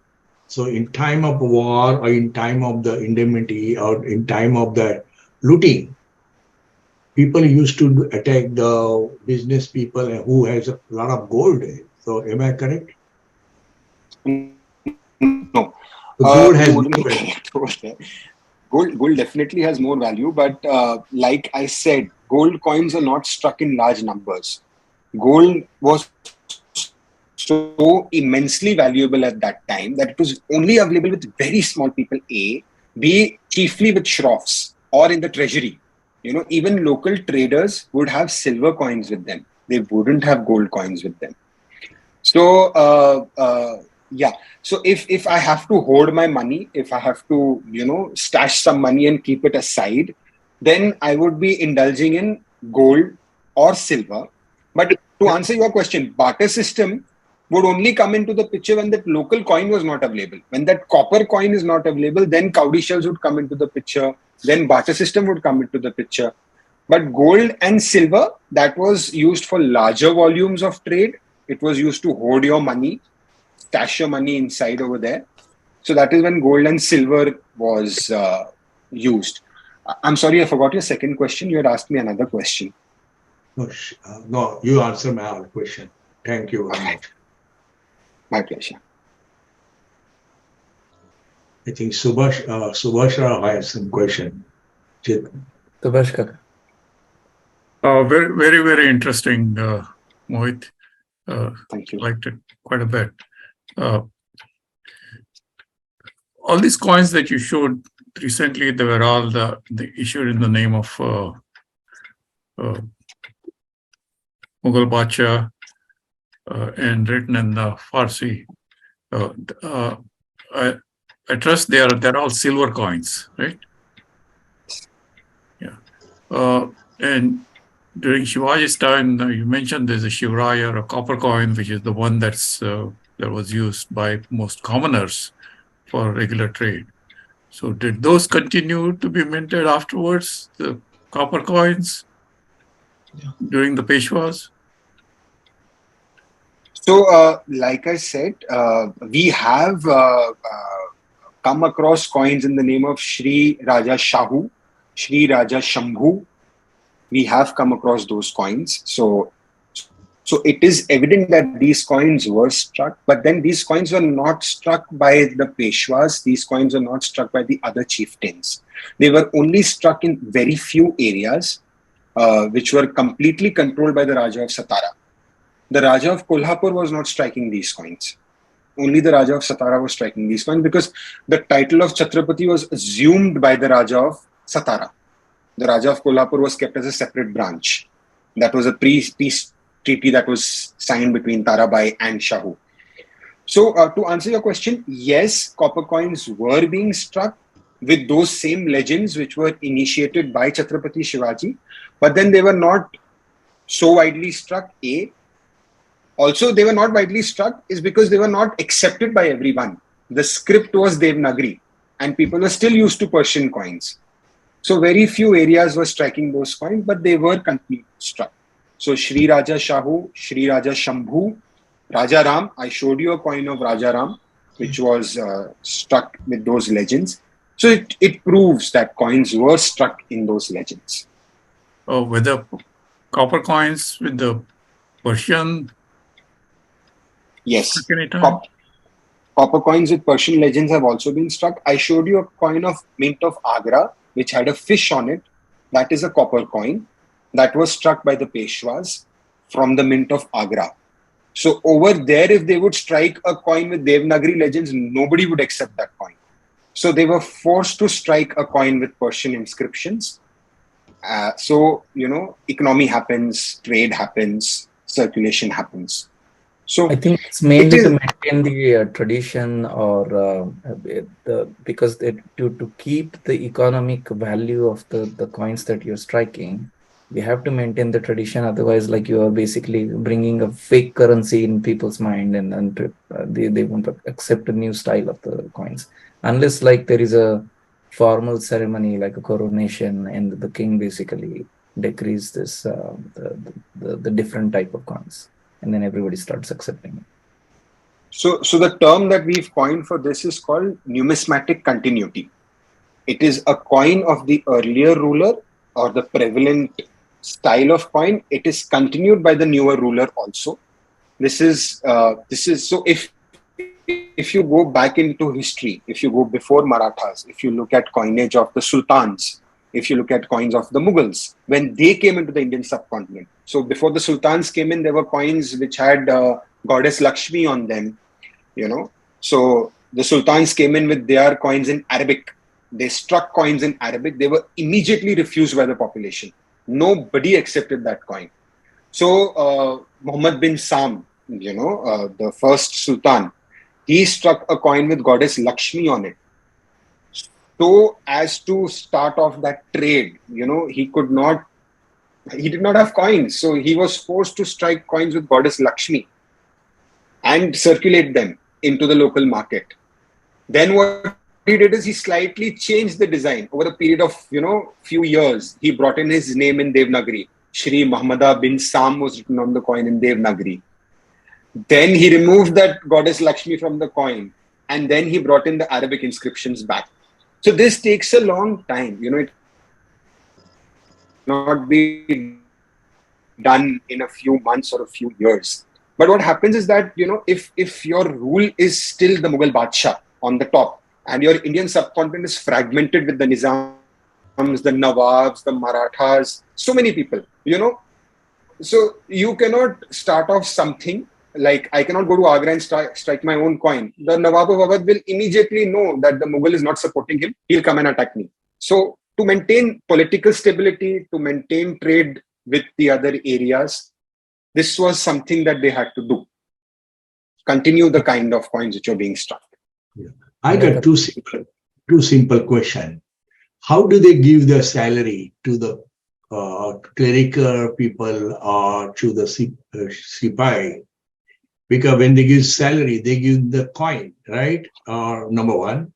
Number two, during the coronation time or special feast events, generally read that Nawab or Raja, they distribute the coin or Suvarna Mudra or whatever that, they do that. That is my second question. Okay. So the salaries were given in copper coins chiefly. Like I said, a soldier's salary would be 3 to 4 silver rupees. And the soldier would not like to take those silver rupees because wo chutta kahan karwayega? Where would he get the change? So they would prefer to take it in copper coins. And that is when copper was so, that scarcity of copper started coming up. Because so many copper coins were needed for that exchange to happen. Like 40 copper coins was 1 silver coin. So 4 silver coins is like 40 into 4, and that many copper coins is needed for 1 person. So there was an immense paucity of copper in our subcontinent, Indian subcontinent. That is when cowrie shells started coming up and other kind of things there. So that answers your first question. Gold was, like I said, it was so strict at that time. If somebody would have a gold coin, then obviously he's taken it from the treasury. And the king would keep an eye on that person. So if I know that you have a gold coin, and if I am the treasury holder, I would go and tell the king that this person has taken 2 gold coins from us. And then the king would keep his eye on you to understand what are you doing actually. How are you holding gold coins with you? Unless you are a big trader, unless you are financing the king. So shroffs used to finance kings. At one point in time, shroffs were more richer than kings. So that is how economies were changing. So, the first question. Even for their battles, basically, the campaigns, they would actually loan it from the local saukars, basically. And they were very having, like, even though they would win battles, but with the loans, they were always like under the mortgage payments that what they had to do. True. My same question, that at the time of the coronation, or if somebody pleased with the dancing girl, the king, Nawab or Subedar, they used to have throw the coin. So So to answer that question, I'll have to go a little back in time. I'm now going back to the Mughal times. There were three kinds of coins which were struck by the Mughals. The first one was a Nisar, which is known as a scattering coin. Nisar. These were small coins uh, made in silver and gold. These Nisars were used by the king to scatter into the local population when he was very happy. So if he's won a battle, if he's got a son, if he's got something important happening, he would go into the crowd and scatter these coins, Nisars. The second coin was a Nazarana. So if a big dignitary has come to visit me and I need to show my appreciation for his visit, or if he's brought in a lot of riches from his area and I need to reciprocate, I will strike a special coin for him. This is more like a commemorative coin, a Nazarana. This was also used to be struck when a coronation used to happen. So that is called as a Nazarana. And the third coin was a circulation coin, chalni sikka, जो चलन में use होता है. That is a chalni sikka. अब जब वो dancing girl से खुश होते थे तो वो चलनी सिक्का ही उनको देते थे. उनको चलनी सिक्का ही मिलता था. लेकिन यस, अगर if he's going into the pub, अगर खिड़की पे राजा खड़ा है and you know he's just got a son, so then Nisar करते थे वो. It's called as a Nisar. वो special coin strike होता था, Nisar. So yeah, go ahead. I'll just add to that. So आपका जो question था, dancing girl, even prostitutes for that matter, you know, coins used to go to these kind of people. Now, Aurangzeb se pehle, before Aurangzeb, coins had the kalma on it, which is a Quranic verse. What Aurangzeb did is he removed the Quranic verse from the coin because he knew that coins would end up in the hands of people who did not appreciate the religion. They did not know कि Quran क्या है और Quran में क्या लिखा है. Second is the coins would land into the hands of such kind of people, you know, prostitutes and other kind of people. So he removed all religious inscriptions from the coins.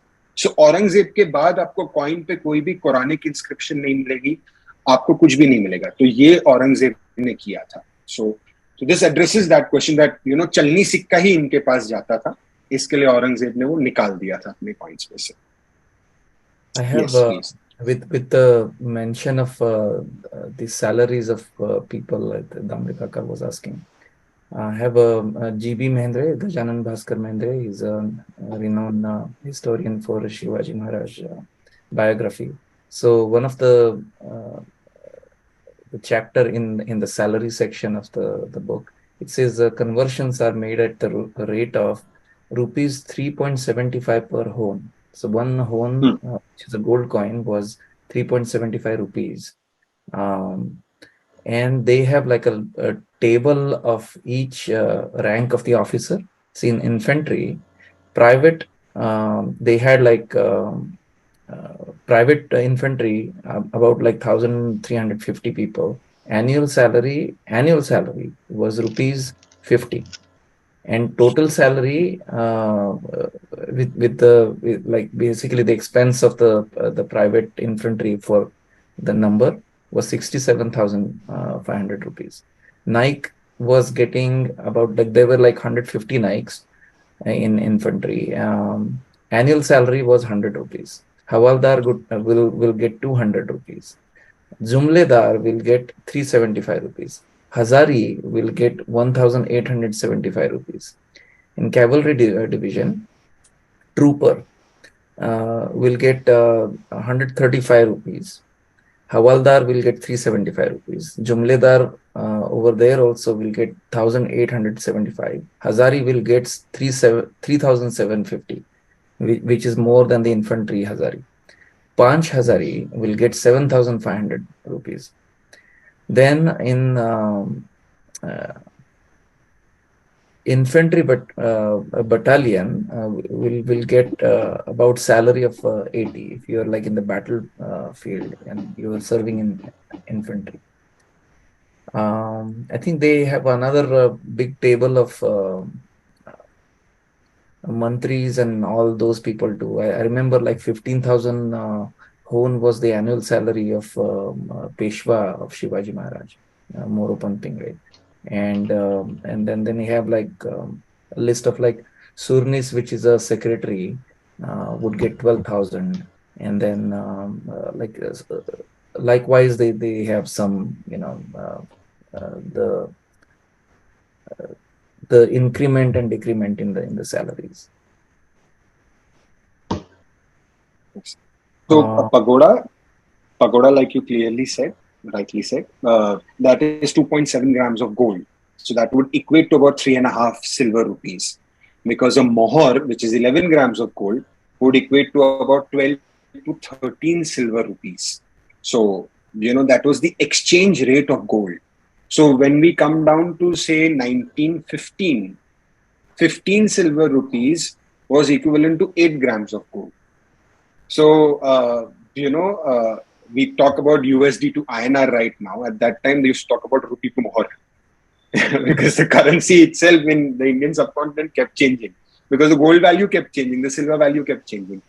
So, yes, yeah. So this also clearly says, like I said, 3 to 4 rupees was a monthly salary of the lower ranks. So we're talking about silver and gold being so precious at that time that there was hardly any need of striking gold coins. It was only people like the Peshwas who would be, playing around with gold coins.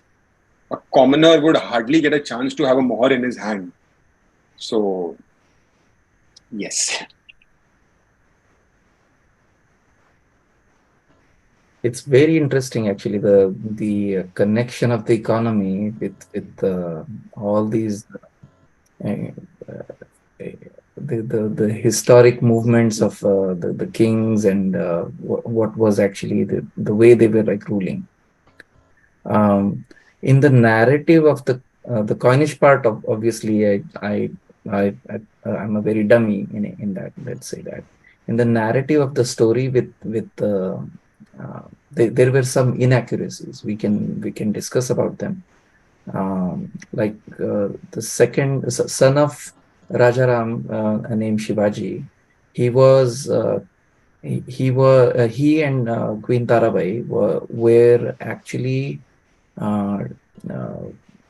arrested by the other queen, Rajasbai. Her son was Sambhaji. He became Chhatrapati after that, Kolhapur side. So he was not dead. He was arrested. Then Muhiyabad was the name for only few years, named by Aurangzeb, but it didn't work out because people quickly started using Pune back as soon as he left. Secondly, Raja Shahu was not released by Aurangzeb. He was released after death of Aurangzeb. Aurangzeb had him captive. He had the plan of releasing him in case if Tarabai becomes very difficult to counter, which was the case actually. But he was not taking that decision because that's like a biggest coin that he was holding, like Raja Shahu was. Right? He kept him for the same reason alive. Right? Then after he passed away, as soon as the Badshah died, his sons basically started the Game of Thrones. So they started racing to take the throne there, and in that moment, to take the promise from Raja Shahu that he will be supporting with all his Marathas, and then he has his own independence, but he will be the Mandlik king, which is like he will call the emperor as the king, right? So in that deal, they actually left him so that he can actually go and divide Marathas. That was the plan, and which happened because of that, Kolhapur and Satara became two kingdoms. Because when Shahu came back to the area, Tarabai was holding the whole control over the area. When he came back, slowly all the chieftains basically started coming back to Shahu's team basically, and then that made it very hard for Tarabai to keep up fighting with Shahu, right? And in that sense, the kingdoms were actually split. Yeah. But excellent. I mean, I'm so impressed with the collection and all that. I'm very interested actually. What do you have in your collections, basically. Can you show some of the coins? Like, are you keeping some? Give some or maybe. I don't have images on this system right now. Okay. But yeah, if you would like to see anything, I would be more than happy to show it to you all. But yeah, it's not there on this system right now. No, So obviously, I mean, it's a, I think you will be maintaining them in special cases and all that, right? But yes, so, yes. do you have any hone? Uh, like, I mean, it's a very rarest of the rare coins. I'm not sure who holds it nowadays, but do you Uh, have? so it would be incorrect to say that Hoon is a very rare coin. I have seen about 17 Hoons with one collector. Okay. He's holding 17 Hoons, and I must have picked up my Hoon for about 2.5 lakhs. It's just that Hoon is a very popular coin. It is highly sought after. That is Mm, why the last Hoon which sold was for about 35 lakhs. okay. Yes, so it's just that it's a very popular. It's a coin which people love to hold in their Yeah. hand, Yeah.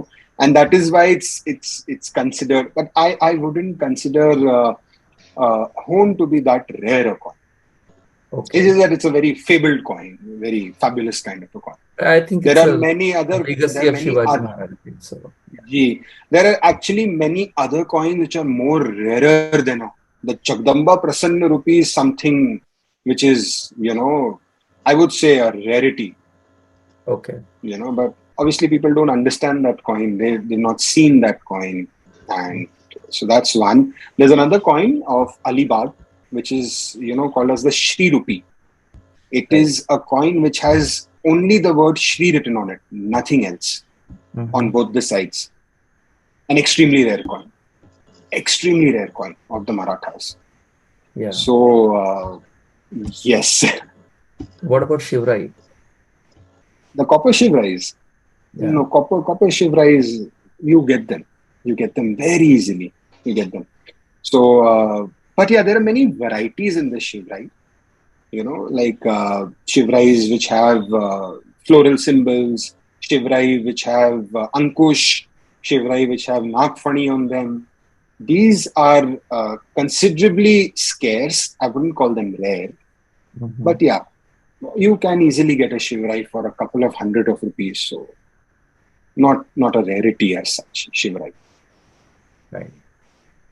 Um, all these coins basically they so you do the auctioning and all the events so that they are announced and Yes. probably people attend them in person, or how is it, how does it go? So auctions are both kinds. We have on-floor auction wherein people come, sit, and they bid. We also have online auctions wherein we have our website and people come and bid over there. Mm. So it's both ways, online and offline. But the biggest challenge is that coins over 100 years old cannot be exported out of our country. They have to stay in our country. Really? Oh, So so that's like a law. yes, Okay. yes. So my license from ASI is chiefly based on this condition that all my sales have to happen in the Indian subcontinent. It cannot go out of our country. A, my buyers have to be registered in India. I cannot sell to foreigners. I can sell to foreigners, but then foreigners should have a permanent address in India where the Okay. coins are going to be stored. So, and I also have to record all my sales, all my transactions with the ASI. Right, right. So yeah, that's a big law, and Because yes. nowadays, there are so many artists actually. They make imitate the coins, right? Like the fake ones. They look like the original ones, but obviously they are like finely striken. Like the symbols and everything is very legible. They look even more appealing and attractive. But how do you differentiate between these fake and the authentic ones? I mean, with So obviously only experience, but what are the the symbols that you would use, or what are the symptoms there? Trade secret. Trade secret. No, it's absolutely not a trade secret. No, in fact, we hold sessions wherein we educate people on the various forgeries which are there in the market and how to pick up forgeries. So, the first thing when it comes to hand-struck coins is the weight. You need to check the weight of a coin. If it's a fake coin, it's not going to adhere to the standard weight. So, if my coin has to weigh 11 grams, the fakes would weigh around 8 to 9 grams. That is my first telltale sign. Second is obviously my legends. I will see how the script is written on the coin. Whether the script is flowing properly, whether it is crudely written, whether there are breaks in the script. Third is, I would see the finish of the coin. A coin which is 300 years old as against a coin which is being just struck, But then again, over there, you would need your experience. You would need to have handled a lot of coins to be able to pick up that thing. So what happens now is that the forgeries have become so fine, it's very difficult for a layman or a new collector to understand whether this is a fake or a good coin. So even we face that challenge many a time. So we have to refer our coins to further experts to ascertain whether this is a fake or a genuine coin. So forgeries are a big challenge right now. And, there's no trade secret, but it's difficult to give you telltale signs that, ye dekh lo, ye fake hai. Very difficult to do that right now. The basic question. Go ahead, Prakash. Where are these stored? I mean, the big vault or something? So you can attack and loot? No, it's a general knowledge, that's why. We keep it in our cupboards, we keep it in our vaults, we keep it wherever. When your collection is sizable, when it's a huge collection, you can't afford to keep it in vaults. Your vaults will be more expensive than your coins. So, but yeah, there are people, who don't collect such a large range. Like me and my father, between both of us, we've collected a huge range of coins. So our coins are everywhere. If you lined up my house, you would find coins lying in my living room also. So, but yeah, there are some people who put them in bank lockers, some people who keep them in vaults. So, yeah, the more expensive ones, obviously, we've also kept them in our bank locker. like my home is not going to be seen by anyone. It's lying safe and secure somewhere. Okay. I forgot what I was actually asking. Chetan, one quick question I have for Mr. Mohit. Very wonderful session. I really enjoyed it. One quick question is about how did the money lenders do their business? Like, it's an essential evil through all history. How did they store the money, or how did they do the transactions? And then they would have lots of gold, obviously. So it's very much similar to what is happening right now with the money lender. You get in whatever you want to mortgage, and the money lender would give you that kind of money in return. But there was another thing which the money lenders were doing that time. So see, currently the concept of demonetization, this concept was not there at that time. So a coin of Aurangzeb would not get demonetized in the time of Muhammad Shah. It used to remain current. But what used to happen is that since these coins are made in silver, that's a softer metal. So with usage, the silver would wear off, and the weight of the coin would go down from 11 grams, it would go down to 10 grams or whatever. What these money lenders or jewelers used to do, their chief source of income was something which is called as a batta system. What is a batta system? A batta system is a system wherein coins of the previous year were exchanged by the money lender for a coin of the current year, and he would cut off 2% from the value of the coin. Yeah. So that was the chief source of income of all of these money lenders and jewelers, the batta system. This is what the East India Company wanted to overthrow when they came into the Indian subcontinent. They wanted to do away with the batta system. So money lending Oh, carried on as it is carrying on right now, the mortgage and everything. But the Batta system was something, it needs a separate session, wherein the East India Company then stopped putting years on coins completely. They struck coins without years on them because they wanted to do away with the Batta system. They were losing a lot of money with that. So, yes, quickly, Batta system was the chief source of income. okay. Thank you. My pleasure. Those pagodas you had mentioned, actually, when Henry Revington, the British officer who visited during the coronation, who attended, he in his diary actually he mentioned how many, like Shivaji Maharaj, when he was weighed, when he was like donating of his weight, like he was donating the gold and other metals and some of the coins, even like silk and other things he was weighed against, and then he donated all that.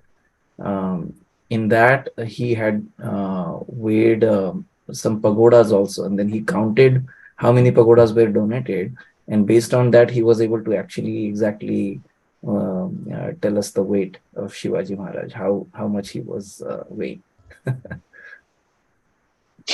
Yes, yes. So the coronation ceremonies usually had the weightment ceremony also, wherein you would be Right. weighed against gold, silver, food grains.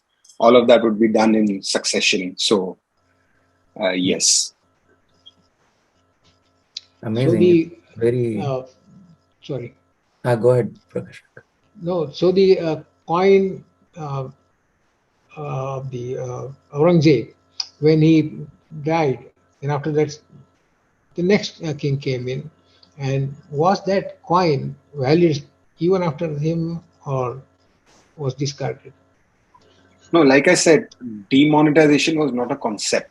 So the rupee of Aurangzeb continued to circulate in the local market. It was mostly intrinsic value. There was no face value to a coin. So if the coin had 11 grams of silver, the rupee is fine to go. And only when I feel that, like I'm a trader, you get a coin to me, and I feel that your coin is not 11 grams of silver, I will send you to a shroff. Then the shroff or the saraf or the sahukar, he will check your coin and he will exchange your coin, give you a current coin and cut off that 2% batta or whatever batta. Then that 2% would keep on increasing if the coin is very old. It would not depend upon the weight of the coin then. So, like I said, that was the chief source, but there was no concept of demonetization. So to say coins of Kshatrap, now I'm talking about coins which are like about 2000 years old. The Kshatrapa coins were still circulating in parts of Gujarat during the Mughal times because they had silver in it. So, no concept of demonetization. It's all intrinsic value. So if my coin has copper, if my coin has gold in it, then it would circulate. But the copper coins, these copper coins used to get melted a lot, and that is why, as collectors, for me, a copper coin is more precious than a silver and a gold coin. So, whereas other people would think that a gold coin is more precious, but for me, getting a copper coin of a particular ruler is more important than because copper coins used to get melted and newer coins used to get struck. So, yes, but no, again, in copper also no demonetization, nothing, no demonetization. Coins could keep on circulating. That is why we collectors still find coins of the Guptas. We still find coins of, everybody. Like so many Shivrais have managed to stay because they were circulating. People were using the Shivrais for a very long time. So, Thank you. That's very interesting. I had noticed the coins which were shown by Holkers and Sindhias were nicely cut, and they were like rounder compared to the 17th century coins or even previous coins, I think. The shapes on them became finer and more legible for reading. So that's probably scientific or maybe technological progress in the way they were actually minting them, right? actually, no. So the style of striking the coins did not change, and East India Company was the first person to get Yep. machines to mint coins. So before East India Company, or say before all of these, colonial powers which came in, the French, before that, all coins were struck by hand, and the style was the same. To explain to you how a coin was struck, there would be a hammer, there would be a hammer, there would be an anvil, there would be two dies which would be made. One die would stay on the anvil, the other die would be in the hammer. A small piece of silver was taken, it would be weighed against rati seeds. There was no concept of metric system. So silver was weighed against metric rati seeds. That small piece of silver was taken. It was smaller than the die. It was kept on the anvil. The hammer was taken manually and struck. So if my force is not high enough, then my coin would not spread. The metal would not spread. It would remain that small. But if I am a very strong guy who's just had a fight with someone, then I would ensure that my metal would spread. And, the inscriptions would come onto the coin. The coins that you saw were in very good condition. So we collectors are first, lookout is to get coins which are in excellent grade, excellent condition. If I manage to get a coin in excellent condition with all things intact on them, then it's a valuable coin for me. But yeah, if it's a worn out coin, if it is not struck properly, if parts are missing, then obviously it is not that, that doesn't have that eye appeal to it. But nothing improved, as in no changes were happening to the minting process. They were still being struck in the same hand struck kind of a way. Yes, that's nice. So, One of the coin you showed was Savantwadi, Savant of Savantwadi. In that, the symbol that was in the center of the coin, I felt it was like a dhanush. But it's a speculation. But it looked like a dhanush, which is like a stretched. I don't know if that has any relevance to it, but maybe some symbology. So these symbols are up for speculation. People speculate a lot. Mm-hmm. You could be right, but currently it's being termed as a geometric symbol. Okay. So people do speculate a lot. So there's this coin of Bijapur Sultan. That's a gold pagoda, which has, it's called as a Hurki pagoda. Mm-hmm. This Hurki pagoda has a very peculiar symbol on it. I wish I could show you the image, but if you Google it later on, whenever after the session, you can Google Hurki pagoda of Bijapur. It's got a kind of a boat with two circular objects on top of that boat. Mm-hmm. So people say that it's a boat which is carrying two bales of cotton. Some people say that it is an inverted Chinese man with a Chinese hat on top. Some people say that it is symbolizing a woman with two breasts. So highly speculative symbols. So, but yeah, people don't know exactly what it is. So, it's called as a Hurki pagoda of Bijapur, gold Hurki pagoda. Okay, I found one. Yeah. So speculative symbols. So yeah, you could be right. It could be a stretched bow. But yeah, currently we refer to it as a geometric symbol. Right. Even on Sindhiyas, because they counted themselves as Nagvamshi Kshatriyas, right? So because of that, they were using the Nagfani symbols on their coins, right? Nagfani symbol was not used by them. Nagfani was by the Peshwas. The Peshwas started that, and it was limited to Maharashtra and then down south. So those guys, obviously, they were up north, middle, central India. So वो उनका नहीं था. That wasn't used by them. They were using symbols like battle symbols, mostly weapons. They were using mostly weapons on their coins. So you would find a sword or a trident or Shri symbol. All of those symbols you would find on those coins. Right. Yeah. Okay. Any other questions, comments? Excellent session, Mohit ji. It was very informative. I'm very curious that what other empires you may have in your treasure there. I saw like you hold some Vijayanagar coins. That will be very interesting to find. And like you have written book on Nawab and Awadh, basically, so you might have a bigger treasure there. So it's very interesting. Let's plan something in future. Sure. Mainly because it was money, everybody's interested. Yeah.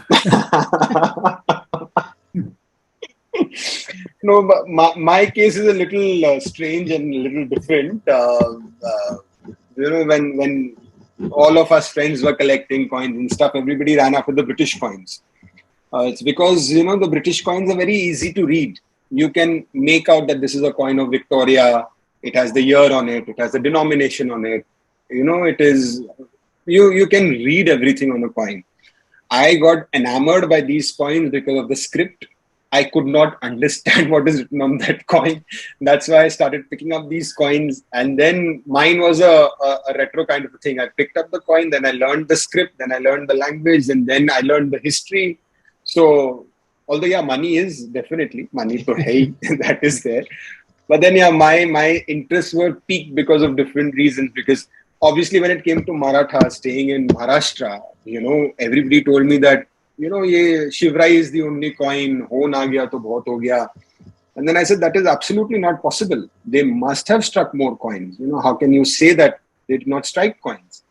So that is when these coins of Kolhapur, the Tarabai shoes, very rare coins, extremely difficult to get.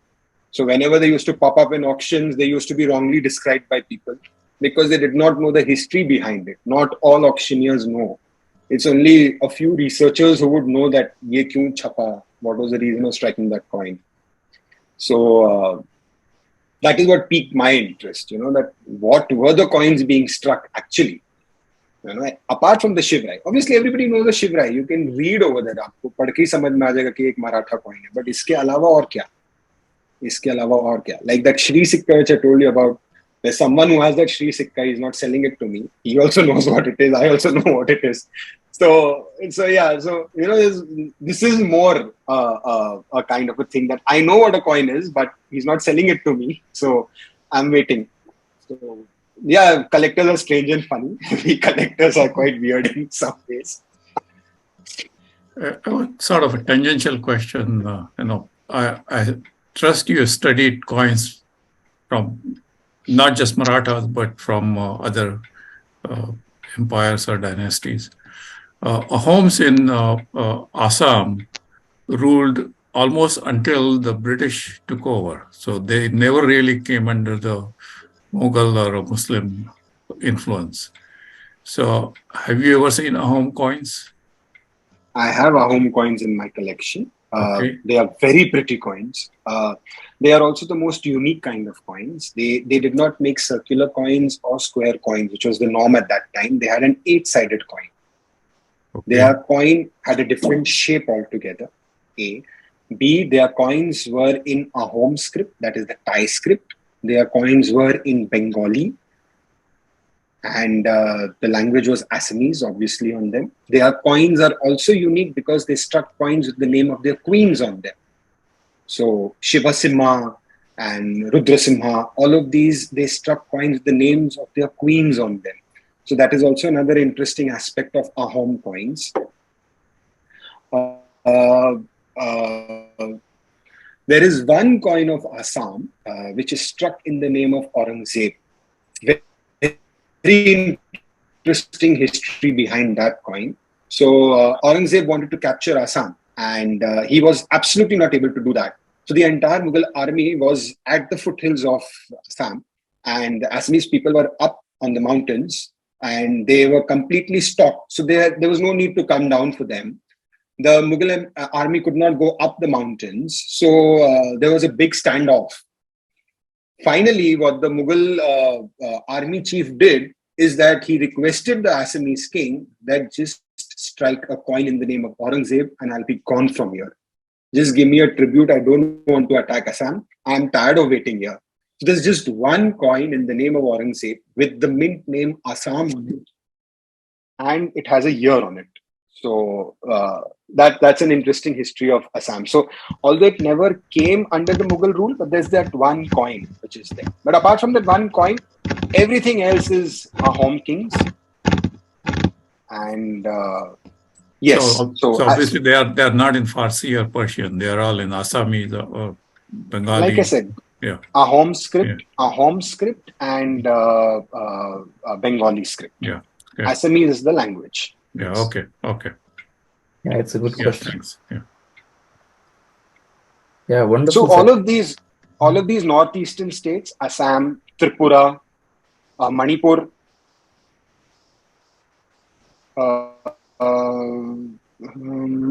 thinking of other, Sikkim also not obviously that part, but yeah, all of these, they never came into the under the Mughal rule, so to say. So their coins are in a different script altogether. But Assam, again, I'm sorry, I'm coming back to Assam. Assam also struck coins in Persian script. These were special issues, you know. So there is a coin of Shivasimha, which is in Persian script, very valuable coin. So it's obviously not for circulation. It was more of a kind of a commemorative coin. When he became the king, he struck coins in different scripts. He struck a coin in Devanagari. He struck a coin in Assamese. He struck a coin in Persian. So, yeah, but they never came under the Mughal rule. So, yeah. Any of the home coins were kind of in a Chinese script or anything? So the Thai script, Yunnan province is fairly close to Assam, and I guess they have a lot of trade and communication. So they did not strike coins in the Chinese script, but the Thai script, the Ahom script that is there, it is different than the Bengali script. If I don't know if you know about it, the Thai script, it is very different from the Bengali script, and that script is said to have come in from China. Okay. The Thai script. It's got a heavy influence of that script. It's very different. But yeah, they struck coins in that script, not in Chinese script. They never struck any coins in Chinese script. Okay.